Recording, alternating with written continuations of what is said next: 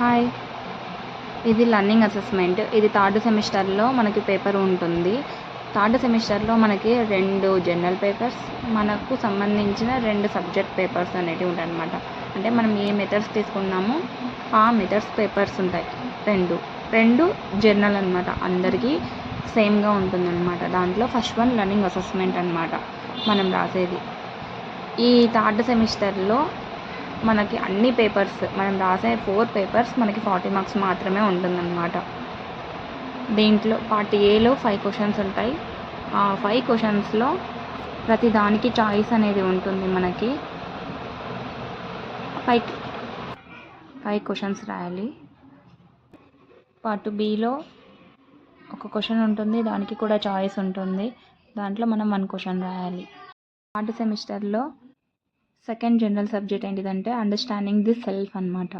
ఇది కూడా 40 మార్క్స్కి ఉంటుంది. దీంట్లో కూడా 5 క్వశ్చన్స్ ఉంటాయి. ఈచ్ క్వశ్చన్లో మనకి చాయిస్ అనేది ఉంటుంది. పార్ట్ ఏలో మనం 5 క్వశ్చన్స్ రాయాలి.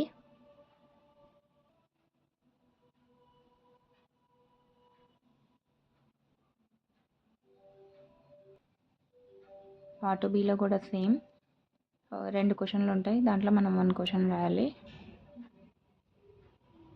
సెమిస్టర్లో 2 general papers complete friends.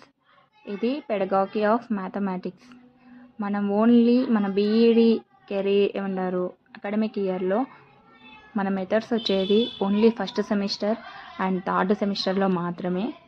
Second సెమిస్టర్లో అండ్ ఫోర్త్ సెమిస్టర్లో అందరు కామన్గా రాసే సబ్జెక్టులు మాత్రమే ఉంటాయి అన్నమాట మనకి. అదేవిధంగా థర్డ్ సెమిస్టర్ అండ్ ఫోర్త్ సెమిస్టర్లో 40 మార్క్స్ మాత్రమే పేపర్స్ ఉంటాయి. ఫస్ట్ సెమిస్టర్లో 3 పేపర్స్ మాత్రమే మనకి 80 మార్క్స్ అనేటివి ఉంటాయి. అవి కూడా 3 పేపర్స్ మాత్రమే ఉంటాయి. 2 40 మార్క్స్.